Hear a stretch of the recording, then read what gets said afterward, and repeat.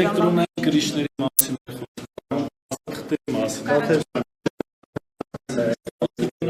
այնպիսի փաստաթղթերի և էլեկտրոնային գրիչների, որ կարող են գործիքներ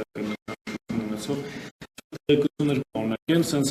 համարով ասեմ, որպեսզի դուք նաև պատկերացող ունենաք, գրում են նախկինում պաշտոնական լիազորությունների չարաշահման, փողերի լվացման, ես ավարտել, փաստական հանգամանքների ամբողջն կարա բացել, նախաքննական գաղտնիքից ելնելով, բայց համառոտ հետևելն է, փողերի լվացում, պաշտոնական լիազորությունների չարաշահում, ապօրինի ձեռնարկատիրություն եւ այդ բոլոր գործողությունների արդյունքում այնպիսի փաստաթղթեր, էլեկտրոնային գրիչներ կամ այլ փաստաթղթեր, որոնք կարող են ինչ-որ սղագրումներ իրենց մեջ պարունակեն, որոնք վկայում են եւ խոսքը գնում է ապօրինի ծագում ունեցող գույքի մասին։ Հիմա ձեզ ամբողջությամբ այդ իմաստուն ներկայացվել է,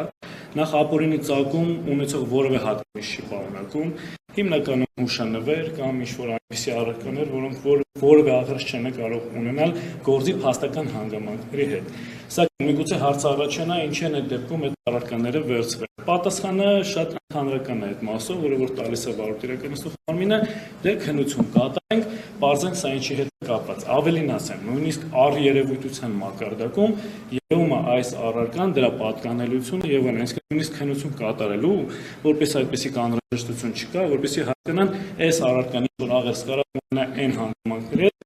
որպես ճարաշ նշեց։ Ալեքսանյան, 6 ձերբակալված անձի մասին է նշվում, տեղյակ եք ովքեր են, բացի երկրորդ նախագահը եւ ավագորդին։ Անկեղծ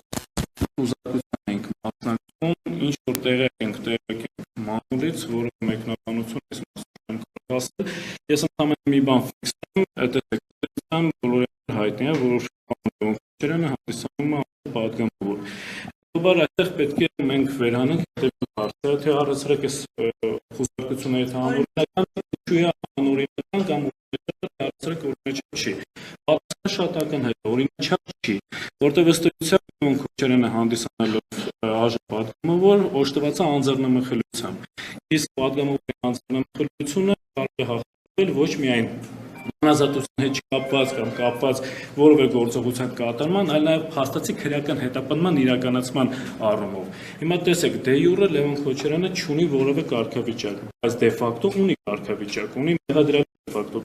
կարգավիճակ, որտեղ կատարումը ենթադրում է որոնողական գործողությունների կատարում, ինչը ենթադրում է դրանց արդյունքում հանցագործության հատկանիշների հայտնաբերման վերաբերյալ։ Այսինքն ըստ էության այս խոզարկությամբ փորձում էին հասկանալ Լևոն Քոչարյանը ապօրինի ծագում ունեցող ինչ-որ գույք, դրամական միջոցներ կամ այլ միավորներ իր բնակարանում պահում է թե ոչ։ Այսինքն մերկացնող հանցանքի կատարման մեջ մերկացնող ըստ էության գործողություններ են կատարվել։ Իսկ եթե կա գործողություններ, որոնք որ մերկացնում են անձի այս կամ այն հանցանքի կատարման, իսկ պետք է կատարվեր, մինչև այս բնակարան գալը եւ այս գործողություն կատարելը, գլխավոր դատախազը արդեն պետք է լիներ այժմ եւ դրա վերաբերել համապատասխան խոզարկությունը ապօրինի է եղել։ Ապօրինի է խոզարկությունը ոչ միայն այս հիմքով, սա ամենակարծես կարևոր հիմքն է, շատ ուղղակի հիմքն է, Սա մեկ այլ առասարակ երևույթ է։ Բնականաբար խոզարկությունը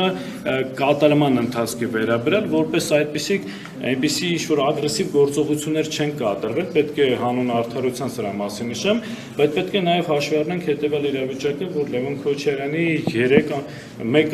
մանկահաս եւ 2 անչափահաս երեխաները գտնվում էին տանը, եւ ես կարծում եմ, որ նման այսպես ասած դիմակավորված անձանց օժանդակությամբ եւ միջոցով այս գործողության կատարման անհրաժեշտությունը առհասարակ չկար։